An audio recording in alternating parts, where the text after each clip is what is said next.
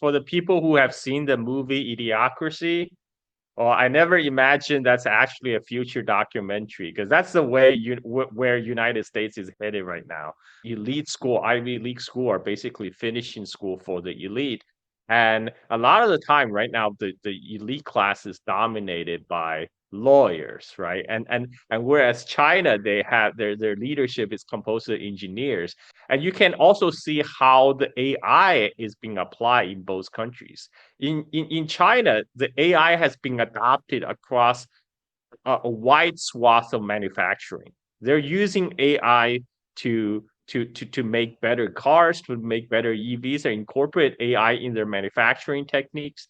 Whereas in United States, AI is still primarily used as chatbots, right? Because that's PowerPoint presentation. That's what United States has a lead over China. Talking. Whereas China leads by doing things, by constructing things. Well, I guess this is what Adam Smith talk about comparative advantages, right? You focus on what you do best.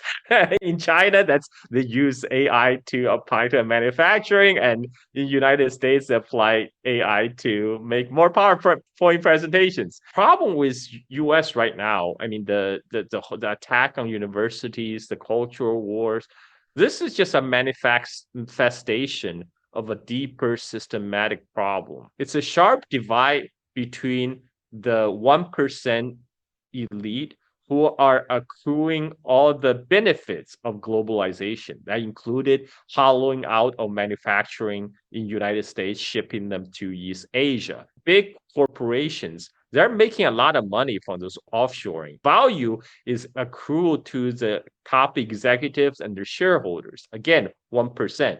And many of this 1% who sent their kids to places like Harvard. Whereas vast majority of Americans are being left behind. Joe Sixpack in Michigan, they saw their factory getting shipped overseas. And they don't have chance to go to Harvard. And they're the ones who are not deriving the bulk line share of the benefit of the much talk about globalization. Instead, they see their quality of life had deteriorated. The only thing they can, as compensation, is that they can have access to cheaper consumer goods in Walmart, and they have access to cheap credits. But this system is not sustainable. Professor of international studies, Zhang Weiwei from Fudan University, he actually said Trump has identified all the problems. All the solution that he provided to these problems only makes the matter much, much worse. And I think that's what's going on right now. I think you're right, Carl. And I think what's interesting is that, for example, Scott Bessent has said that China has to change. But ultimately, I think it's pretty obvious that it's the United States that has to change, and certainly probably more in the direction of China than in anywhere else. But coming to Dr. Powell for the last question, we know that the United States has deindustrialized over 50 years. Not only has it deindustrialized, but it is actually de-skilled. And these are systemic structural shifts that you see inside of monopoly capital, the transition to financialization. So we can say that China builds, and not only does the US bomb, but it simply financializes. China educates, and the US miseducates or uneducates. So these, as Carl has pointed out, are systemic and structural trends. And at the same time, the US is still thinking that it can take the battle to China and that it can prevail.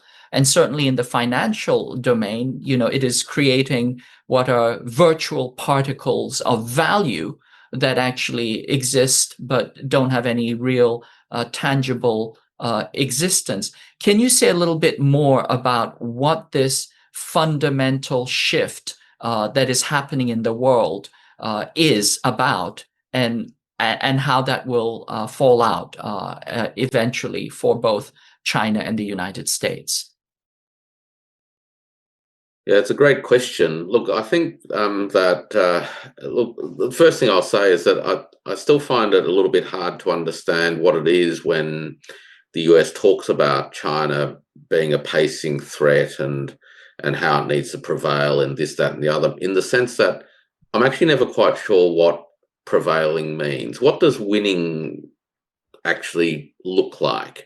Does it mean that the United States once again forces China to make cheap shoes for Americans and cheap T-shirts? Is that what America winning in this American constructed contest looks like? Does it mean that Americans are able to set up extraterritorial zones in Chinese cities? Is that what America means when it talks about, needing to prevail and contain China? So I'm never quite sure what the American political elite actually mean when they speak in these terms. But put that aside, I think one of the big changes going on in the world is we're reaching a point where the abstraction of value that has taken place in North America now for the past 30 to 40 years, meaning the financialization of its economy, the massive expansion of fictitious capital, basically has run its course. It has been the great producer of IOUs to the rest of the world, and the rest of the world is now wondering why it should keep accepting these IOUs when it can't actually get much for them. And it's even more pronounced when the rest of the world looks at its own circumstances and the circumstances of their own people and realize that their quality of life is fundamentally determined in a material sense, meaning that people need to eat, people need housing, people need access to energy, they need access to education services and health services that are actually affordable, service provided with the end in mind of helping people through an illness as opposed to being an insurable, commoditized, financial service. So these are the sort of fundamental transitions that are taking place as the global south has reached a point, in large part because China was able to punch through the development ceiling that had been imposed by the post-World War financial system and the post-war global extractive circulation system. And China punched through that. And because of its scale, it's actually now enabling other countries in the world to take advantage of the ground that China's sort of prepared, meaning that it can access technologies, it can access education and know-how, and of course, by doing that, they're able to pursue their own development pathways with their own energy systems that are no longer dependent upon others, with data systems that we were talking about earlier, which recognizes the need to build greater sovereign capabilities within information systems. So that's the big shift that I think is taking place.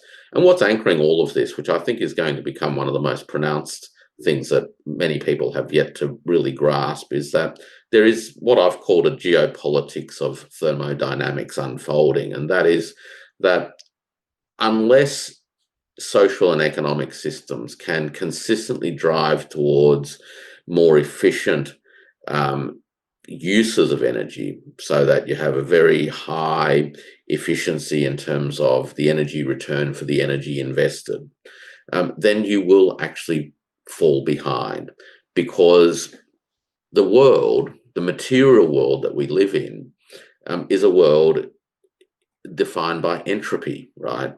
And so unless you can grasp that and bring efficiency back into that to counter entropy, you're going to end up with insufficient energy resources that your society actually needs to function. And that, I think, is what's unfolding in a sort of a big abstract, big picture kind of sense.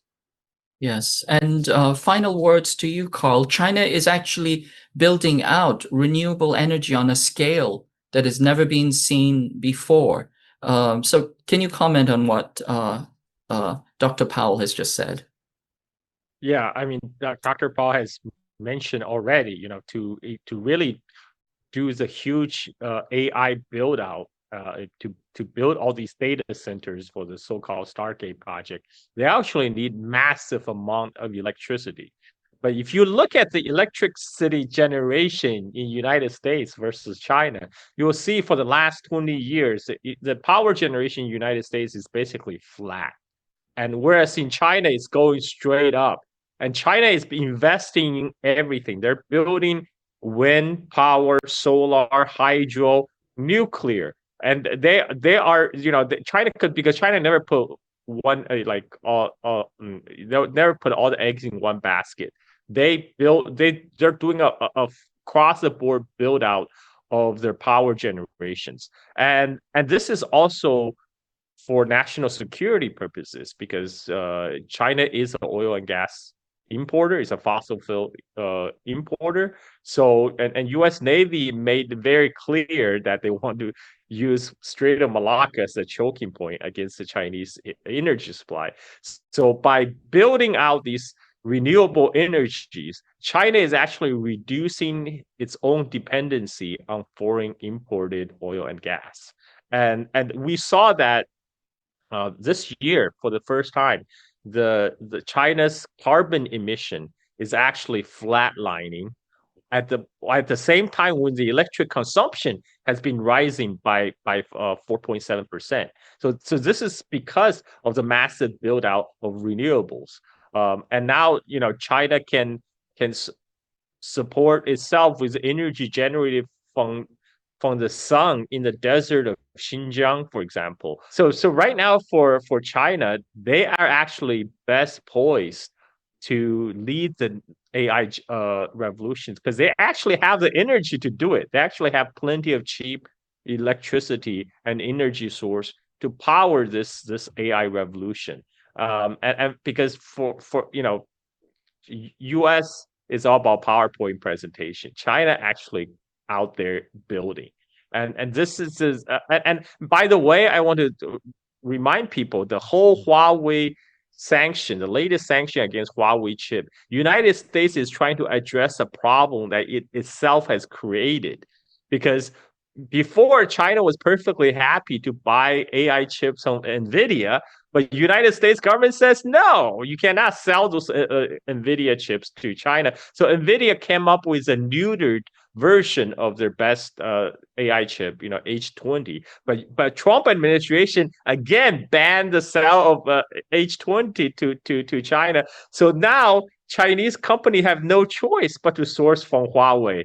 But what the sanction applied to Huawei is saying is anybody who uses Huawei chips will be in violation of U.S. export control. What that means, actually, it means if a Chinese company with only catering to Chinese consumers, if those Chinese companies use Huawei AI chips, they will be in violation of the U.S. export control, and therefore they will be placed on the U.S. entity list and liable to be sanctioned by United States. But right now, with all these sanctions getting ridiculous, what's Washington going to do? Are they going to go basically? Are they going to return back to the days of 145% tariff on Chinese goods? Like we just experienced that last month. It has been a disaster. So I don't think they're gonna. And Malaysia just announced that they're gonna open a new AI data center using Huawei chips, and they're gonna use that to train DeepSeek. So what is the United States gonna do? They're gonna slap additional tariff on Malaysia? I mean, the countries in Southeast Asia, they have already cast their die. They already made their choice. People like former Singaporean diplomat Kishore Mubani had repeatedly tell United States, do not make us choose between US and China. We don't want to choose between US and China. What he's really trying to convey to people in Washington is you may not like the choice we'll have to make, because we're going to choose China. And that's what happened. And I think that's happening not simply in the ASEAN countries, but across the planet. I also know that there is a meme on the internet where the Chinese are asking the United States to sanction their soccer team because they've seen what a salutary effect that it has on any domestic endeavor. But on that note, I think we'll leave it at that. Carl, can you tell us where people can follow you? I do have my own YouTube channel. It's just Carl Za, and I'm also a prolific ship poster on X. So it's under my same handle, Carl Za. I also run a podcast, Silk Steel podcast, on out of Patreon, where I focus more on history, Chinese history. I'm doing chronological retelling of Chinese history from the very beginning. And right now I'm at around 400 BC, right at the beginning of China's Warring States period. So if that's your cup of tea, go to Patreon, look up Silk and Steel podcast, and support my surfing lifestyle in Bali. Thank you. And Dr. Powell, where can people follow you or find you? Look, probably the easiest place is to look at Substack. Warwick Powell, it's .substack.com. I think is how it works. So anyway, go to Substack and look for my name. And I don't think that there's too many Warwick Powells there, and there's plenty of stuff there. And thank you, Dr. Powell, and thank you, Carl Za. And we look forward to continuing this dialogue at another moment.